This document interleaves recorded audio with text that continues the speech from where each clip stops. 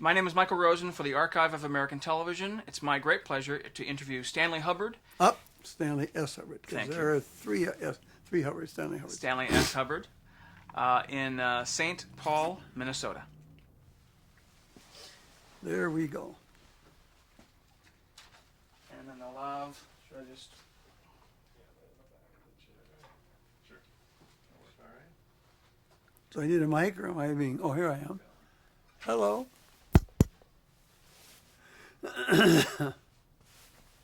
Switch this around. No, do it that way. We won't. All right. So we're gonna, if we could, I'm gonna go and get a couple. Stephen. Michael. Michael. Okay, Michael. I'm gonna go through and get some basic biographical information. I want to spend about 10 minutes or so Oh, and fine. just, and Go just ahead. get some basic Sure. stuff, and then we'll go through in chronological order. All right. right. Look at you or the camera or both. Look at me. It's the conversation between the two of us, and there happens to be a camera in the room. Okay. All right. Tell me when you're ready. Okay. Well, first of all, we have to ask some very basic questions. And the first one is, what was your name at birth? Stanley, middle initial S for Stube, which is a Norwegian name. Hubbard, Hubbard. And did you have any nicknames? No, just Stan. I'm sure I do, but I'm not aware of them. When were you born? May 28, 1933, And where was that? St. Paul, Minnesota. And actually, if I can ask you to, as much as you can, include part of my question in your I was your born answer. on May 28th, 1933, in the city of St. Paul, Minnesota.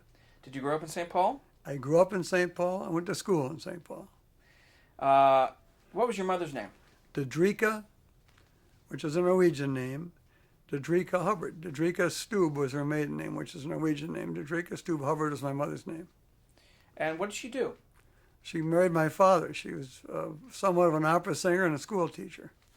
Somewhat of an opera singer. Somewhat of. She did some opera singing, never became famous, was a school teacher, met my father, and they married. Any siblings? Yes, I have a brother who's deceased and from an automobile accident, Richard Adams Hubbard, and my half-sister, my father's first wife, died in childbirth, and her name is Alice Liptak. We're very close. And what was your father's name? Stanley Eugene Hubbard. He was born in Red Wing, Minnesota. And I want to spend just a little bit of time on here. What did he do, if you can explain for us? He was always a pioneer. He was a pioneer aviator. He was a pioneer radio operator. He built the first radio station, we believe, that was survived from the sale of advertising anywhere in the country. There are other stations that were built as hobby stations or experimental stations by people such as Westinghouse, KDKA, but he built his himself with the help of some others, and he had to make it survive. And his theory was that if he'd, and this is his words in this day of political correctness, that if he put something on the radio other than a fat lady, singing opera to the accompaniment of a piano, that he could perhaps get enough listeners to sell advertising. And in those days, in 1923, you could not play records on the radio. So he made a deal with the Marigold Ballroom, and as you may know, dance bands used to travel around the country, and every night he carried the dance bands live. And he called the station WAMD, which meant Where All Minneapolis Dances. And it became successful and later became KSTP radio. When you said earlier survived advertising, describe that for us. What does that mean? Survived solely from the sale of advertising. In other words, there was WCCO in Minneapolis, which was run by the Washburn Crosby Company, which is later became known as General Mills, and they supported that station.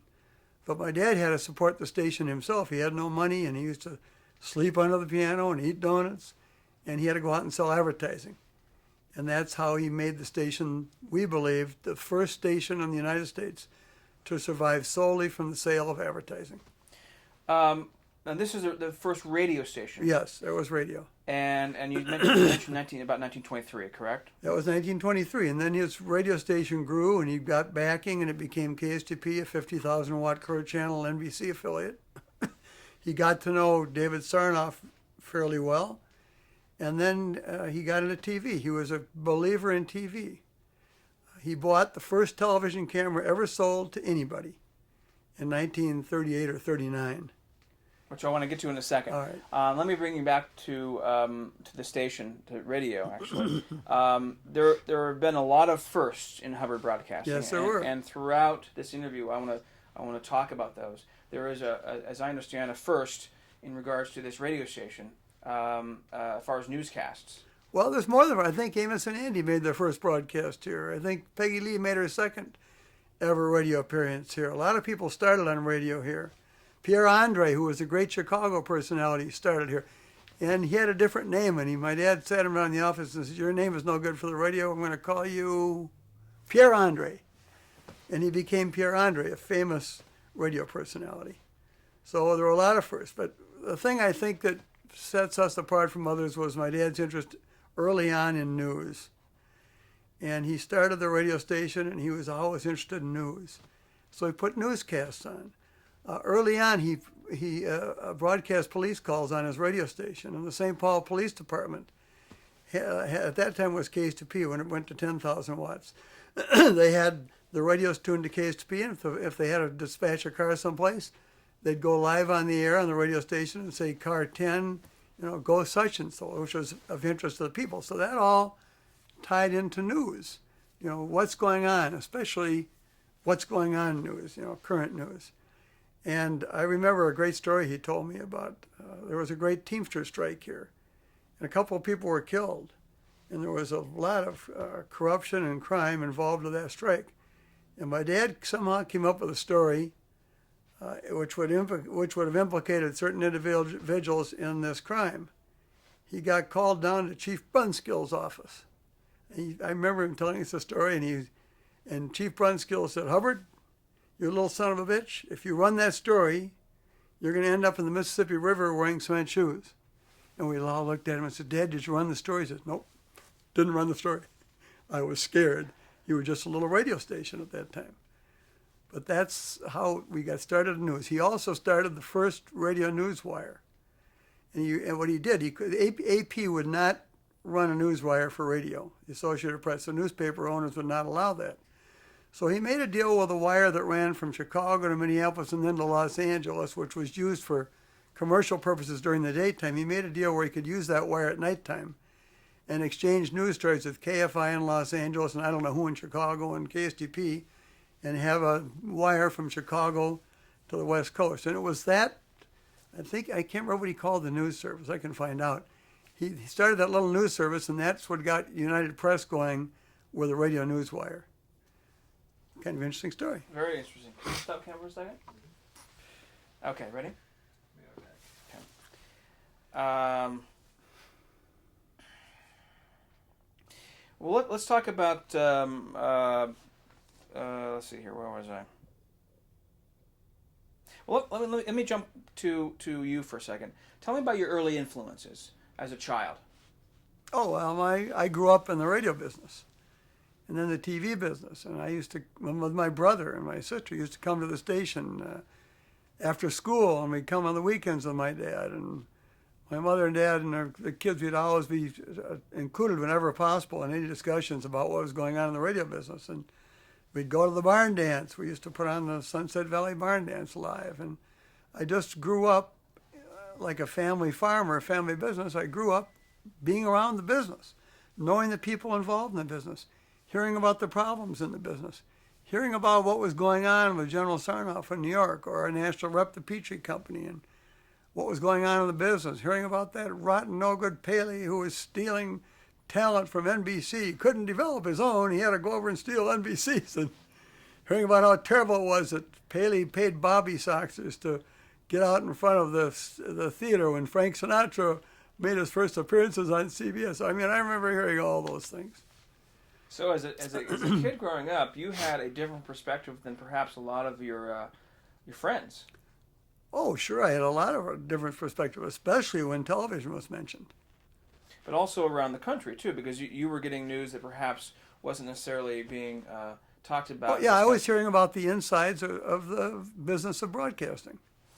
And I was meeting people. I mean, I knew General Sarnoff used to call me on the telephone to find out what the younger generation was thinking, which was always a big thrill to me, because he was my hero. What kind of questions would he ask you? Well, I don't remember. He'd ask about programming, but he'd always couch it in what is the younger generation thinking. But one day he called and he said, you know, my son Bobby is now the president of NBC. And I thought, uh-oh, the general's slipping. Because, of course, I knew that. And we'll get to that later. What about the radio shows that you listen to? As far as... Ooh, I loved to hear, you know, Tom Mix and Jack Armstrong, the All-American Boy, and I Love a Mystery, and all the great radio shows. Jack Benny and... Oh, I love Jack. At nighttime, we'd sit around the radio and listen to Jack Benny, or be in the automobile and listen to Jack Benny on a Sunday night on the way back from the lake. It's such a unique phenomenon, I think. Radio, how radio played in families then. Could you describe, if you could, what it meant to a family to have a radio and the habit of listening? Yeah, radio. This is my observation, not based on research. My observation that radio back then was more of a family unifier than television is today. Television was a family unifier in its early days in that there was one set in the house, and just the fact that pictures are coming out, people would sit on the couch and watch. But people would sit around that same living room or the kitchen and listen to the radio shows, the great radio shows. You know, the Bob Hopes and the Jack Benrys and the Mysteries, where it was a theater of the mind. You know, you heard the sound effects and you imagined. And to me, looking back, it was just as exciting almost as television, because your imagination drew a picture for you, Gangbusters and all those great shows.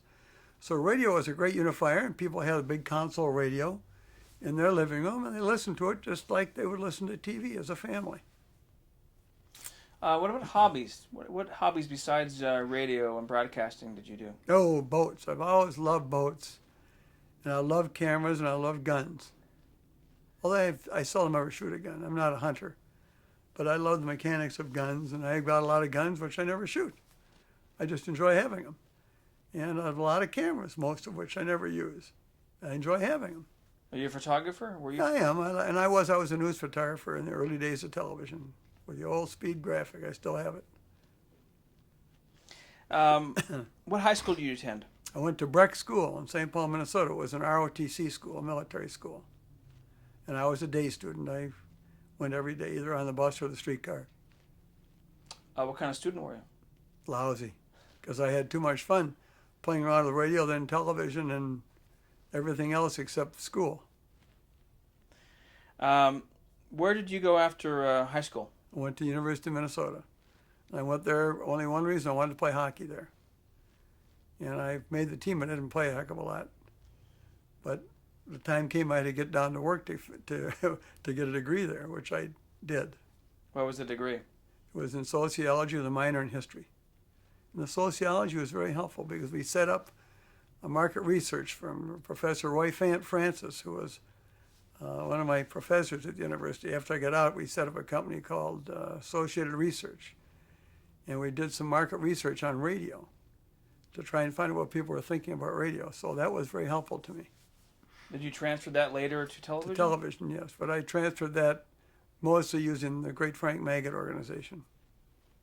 Similar to Goldmark and the path that Frank Stanton took, in the sense that you're doing market analysis? Well, I don't know what Frank Stanton did. We did our own. And, you know, local stations didn't do much of any research at that time. And this was all local research. What did the radio community think about this thing called television? Well, I remember traveling to National Association of Broadcasters meetings in the old, I can't remember the name of the hotel in Chicago, it's now the Hilton, the big Hilton. And with my dad when I was a boy, and him telling people, you got to get into television. And radio people telling him, Stanley, you're going to lose everything. You're crazy, it's foolish, you're in a great business, why take the gamble, why take the risk? And most people in radio didn't think that much of television. You must remember that in 1947, 48, you could have gotten a license someplace in the United States by merely mailing a postcard to the FCC and asking for one. Most people thought that television was going to be a flash in the pan. It'd be here and gone tomorrow, today and gone tomorrow, a fad. My dear wife Karen's husband or father was a doctor. And he didn't have TV for a long time. He told the family he wanted TV. He said, no, it's a fad. It'll be gone. I remember this is kind of an interesting story. We needed to expand our television station in the 50s when we didn't have any money. As my dad didn't have any money to get it started in the first place, and he couldn't borrow money. It was very difficult. And he took in a partner named Tom Bragg. And I asked Mr. Bragg one night, I said, Mr. Bragg, how come you invested in my dad's TV station? And he said, because Jack Warner told me not to. I thought, that's kind of interesting. Tell me about that. He said, I was having dinner with Jack Warner at his brownstone on Park Avenue. And I asked him about television. And Jack Warner said, television will never amount to anything because they can't get movies. You see, Jack Warner's whole idea of television was movies. His whole idea of visual entertainment was movies. He couldn't imagine strip shows and all the other things that happened. And he said to Tom, television won't succeed because they can't get movies. Don't invest in it. Well, Mr. Bragg said he went out in the kitchen to thank the cook for the fine dinner. He said they were all watching this little TV set. And he said, I knew right there and then that's where to put my money. So he put $500,000 into our company. And back in must have been about 1953 or 4, that was a lot of money. Wow, that's great. That's a great story, isn't it? Yeah. Jack Warner told me not to. And then of course, Jack Warner, just put him in perspective for a second. Describe. Jack Warner was the chairman of Warner Brothers, the big movie studio. And he didn't have the vision for television. Movie studios traditionally have not had vision for what's coming. They thought other than movies. They thought it was a threat. They considered it a threat, not, maybe, hey, if it's going to be a competitor, let's join it. And certainly the days of Texaco Star Theater and others, I remember that. They certainly thought that was a viable threat, right? That's right, they did. So when was the first time you saw television? I saw television in 1939. My dad bought the first TV camera ever sold, bought it from RCA, and it was a camera that RCA had at the World's Fair.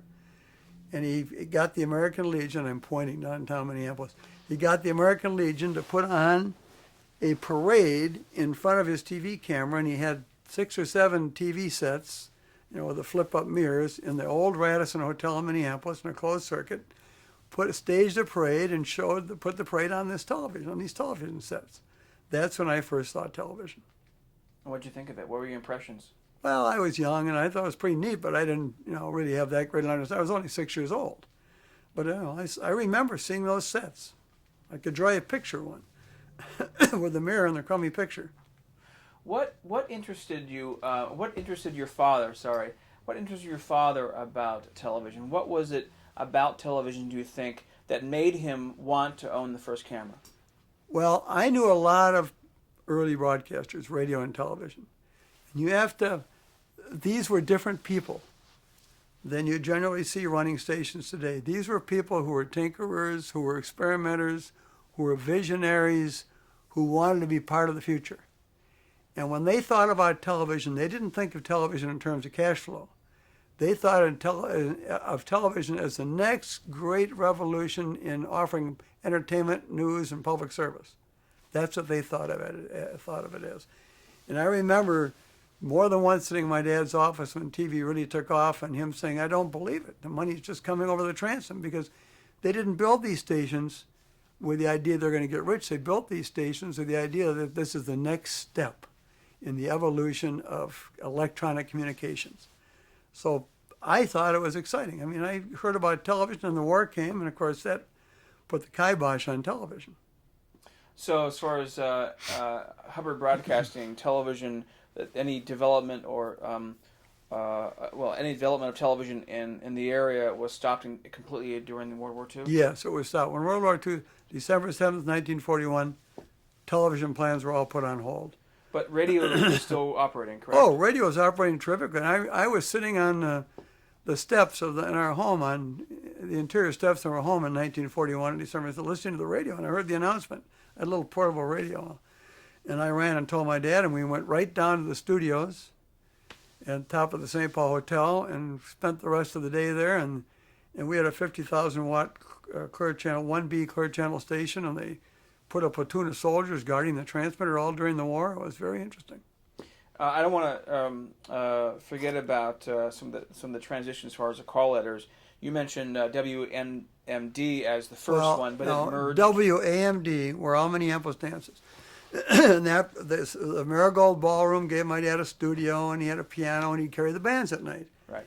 And then WCCO was starting to grow, and some people in St. Paul wanted there to be a St. Paul radio station. So some St. Paul businessmen made a deal with my dad where he would own 25%, and they would own 75%, and they would move the station to St. Paul and call it K St. Paul, STP. So we were the big St. Paul station, and Minneapolis had WCCO, a Washburn Crosby company. So when did KSTP launch officially? 1928, moved to St. Paul, Minnesota. And did it Became an NBC affiliate, one of the very first. Sorry, I talked over you. I'm sorry, what? Moved to St. Paul in 1928 as KSTP, as one of the very first NBC affiliates. And what did that cachet mean to Hubbard Broadcasting, being an NBC affiliate? Oh, it meant really great programming. It meant the ability to have cash flow that would allow my dad to really do the kind of news reporting he wanted to do. It meant that we could make the business grow and really perform public service. And I've said public service before. I grew up with that pounded into my head, the importance of public service. If you serve the public, my dad used to preach, profit will take care of itself. And there's a lot of truth to that. I'm sorry. You give put programs on that people want to hear or they want to see, you'll make money. And then you can do all the other wonderful things that we do. Which is similar to the mission and goal of David Sarnoff. Yes. Correct? Yep. I mean, absolutely. So, describe, if you could, the relationship between your father and General Sarnoff. Well, you must understand this, and too many people lose sight of this. I mean, they'll say, yes, I know it, but they give it lip service and don't pay much attention. There would not be national radio or national television. There would not be networks if it weren't for the people in the St. Paul, Minnesotas, and the Peorias, and the Tacomas who took the risk and built these stations and carried the network and thereby made the network national, which made it possible for the Bob Hopes and the Jack Bennys and the Bing Crosbys to become really big stars. It was, you couldn't do it with New York, Chicago, and Los Angeles. You needed the whole country. And it's the people like my dad who took the risk, really stuck their neck out, that made this happen. Now, the relationship in that regard to General Sarnoff was General Sarnoff's complete knowledge and understanding that he had to have an affiliate base to have a network. Therefore, you see, why did RCA start, why did it start the NBC radio network? Because they wanted to sell radios. Why did they start the NBC television network? They wanted to sell TV sets. Not realizing at the time that TV itself would become a much bigger business than the manufacturing business. And RCA manufactured transmitters, and they manufactured microphones, and they manufactured everything you needed to build a radio or TV station. General Sarnoff, together with people like my dear dad, made it possible for there to be a national network because there was a local station infrastructure, and it's the local station which is the backbone of the networks. And some people at the network still kind of seem to lose sight of that. Amazing. From time to time. So let's talk about the transition from radio to television. Could you describe that? What it meant, the challenges and obstacles it meant to transition into TV? Well, for us, it meant this: that it's a very long story. A lot of things happened on the radio, especially with stations like KSTP radio, which was at 1,500 kilocycles after the war, which made it more difficult to operate a really great and profitable radio station. The transistor radio came along, and the transistor radio had what is known as a non-linear dial, which meant that if you were on the 1,500 end of the dial, you were right close together with other stations on the dial. If you were on the WCCO end of the dial, the stations were all far apart, so you could tune and not have interference. On top of that, the nation was being wired up with high-power transmission lines, and the cities were growing, and there were neon signs every place, and these caused interference on the high end of the dial. So what we did was put our concentration into television, because radio at that time was becoming very difficult where we were located at 1,500. Now, I'm happy to say since then, in the last 20 years, radios have gotten better, and now they're linear, and you don't have the interference, and you can hear channel 1,500 just as well as you can hear 830. But in the early days of TV, radio was deteriorating, so we put all of our focus, or 90% of it, on television, and kind of let the radio slide. but the radio provided the operating cash flow to get the television started. And as the television went up, the radio went down, because the audiences, of course, stopped sitting around the radio console at night and started sitting around the TV set. And I remember there was the RCA distributor here, old FC Hare, Hayer, was the RCA distributor. I remember hearing FC Hare and my dad arguing. My dad would say, "I made it possible for you to tell TV sets." And Hare said, "I made it possible for you to get viewers." The chicken and the egg. Which was the most important? The guy that sold the sets or the guy that put the program on? Equally important. There was a big tower built, and it took quite a while to build. Describe that and the importance of that. Well, of course, television, as we all know, requires height, as does FM radio. And AM radio requires, hopefully, a swamp and what is known as a good ground plane. So my dad had to build a tower. There were 2 towers built. They're identical, one in Philadelphia and one here. I'm trying to think of the guy's name. Just died. He had his own golf course. He had the TV guide. Annenberg. Yeah, I think it was Annenberg who built the tower identical to the one we built back here, which is 600 feet high. But just before they built this tower, a B-25 flew into the side of the Empire State Building. And my dad and Annenberg talked and said, we better have a tower that if an airplane flies into it, it's not coming down. So if you look at our tower up to the point where the V stops and it goes straight up, a B-25 won't knock it over. I think a 747 might. But they built this tower very, very strong so they couldn't be knocked over by an airplane because there were no tall towers. And as it turned out, 600 feet wasn't tall enough. And as it also turned out, which many people didn't realize, and that is in any given city, the TV antennas should all be together, the transmission antennas. They should be in a tower farm. Now, we didn't realize that at first because you want to point you want people to point their home antenna at one location so as not to get ghosts. So we had our antenna here, and a year and a half or so later when the next station came on, they had it downtown Minneapolis, which is like 6 miles apart. So if you lived in the wrong place, you got some ghosting in order to watch both stations. And if you aimed at one, you had a perfect picture. And if you want, I'll tell you what happened to television and why cable got strong. Go ahead. It's a very interesting story. Television was doing so well, and we were all fat and happy. Remember I told you my dear dad said, "Gee, the money comes up with a transom." We were all paying our sales managers huge salaries because we all thought they were geniuses. And the truth of the matter is that rising water raises all boats. And the television advertising was becoming the thing, and all TV stations were prospering. So we were fat and happy. And when people first bought TV sets, they hooked up not coaxial cable, but what is known as twin lead, that little twin wire, and they'd hook it up there and put a simple Yagi antenna on the roof, let the twin lead run down into their TV set, and they'd watch a picture of the ghost. Because the twin lead itself is an antenna, so you'd get ghosts. But you know something? TV was brand new, and if you watched Ed Sullivan and there was a little ghost, well, okay, that's the nature of the beast. He's still funny. He's still funny. Well, then the Kovacs. And then color TV came along, and that was a big fight. And the guy you got to talk to about that is Ward Quall, and I don't know if you've got him scheduled. Not yet, actually. You have to talk to him. Yeah, you wrote me about him. He knows more about television than any living person in the United States. And he knows more about the history of television than any living person in the United States. He was there.